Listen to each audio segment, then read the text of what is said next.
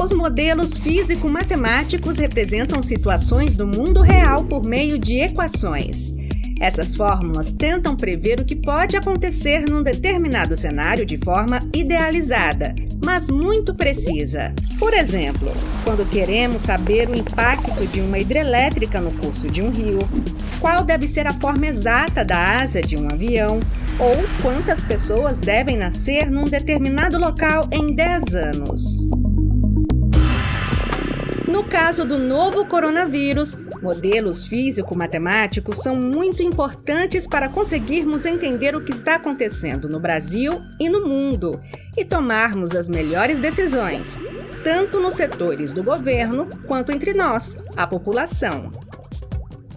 Como não temos testes suficientes para todos, ou seja, nem todos os casos de Covid-19 são notificados, os modelos servem como bússolas para indicar desde o pior cenário, em que não há medida de distanciamento alguma e o vírus se espalha rapidamente, até uma projeção favorável, em que o distanciamento funciona e o vírus se espalha mais devagar. Vamos tomar como exemplo um modelo físico-matemático desenvolvido com a colaboração de pesquisadores do Rio Grande do Norte. Nele, é possível observar o número total de leitos de UTI que o Brasil tem, o número previsto de pessoas hospitalizadas em função da Covid-19 e, entre elas, quantas irão precisar de UTI. Agora vejamos o número de casos previstos pelo modelo, a quantidade de casos confirmados e de mortes por Covid-19. Podemos perceber que o número de casos é muito parecido com o número de hospitalizados. Isso porque, como falamos antes, não temos como testar toda a população. Por isso, os casos que vão parar no hospital são os que acabam sendo notificados na maioria das vezes. Observe que o número de mortes está sendo previsto com muita exatidão pelos pesquisadores. Isso significa que, se não forem tomadas medidas urgentes para impedir que o novo coronavírus se espalhe, o número de hospitalizados aumenta, e entre eles, aqueles que estão nos grupos de risco. Com isso, não haverá leitos de UTI para quem precisa.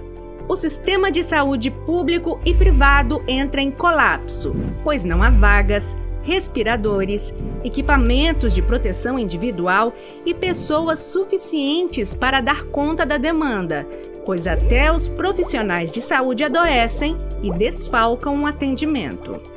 No Rio Grande do Norte, as medidas de distanciamento social que foram tomadas fizeram com que a projeção de mortes por Covid-19 não atingisse o pior cenário, ou seja, se nada tivesse sido feito, teríamos muito mais casos de óbitos registrados.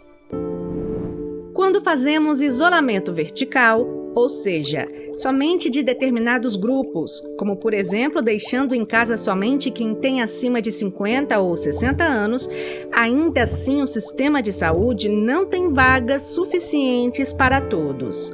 Nessa situação, ainda terá que se escolher quem sobrevive ou não. Por isso, o isolamento horizontal é a melhor alternativa para fazer com que o vírus não se espalhe rapidamente. Quanto menos gente estiver circulando, menor será a velocidade de contaminação.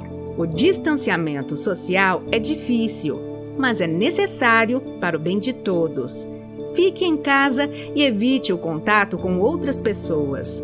Se o número de contaminados for controlado, conseguiremos passar por essa pandemia com os menores danos possíveis. Isso é ciência, não é opinião.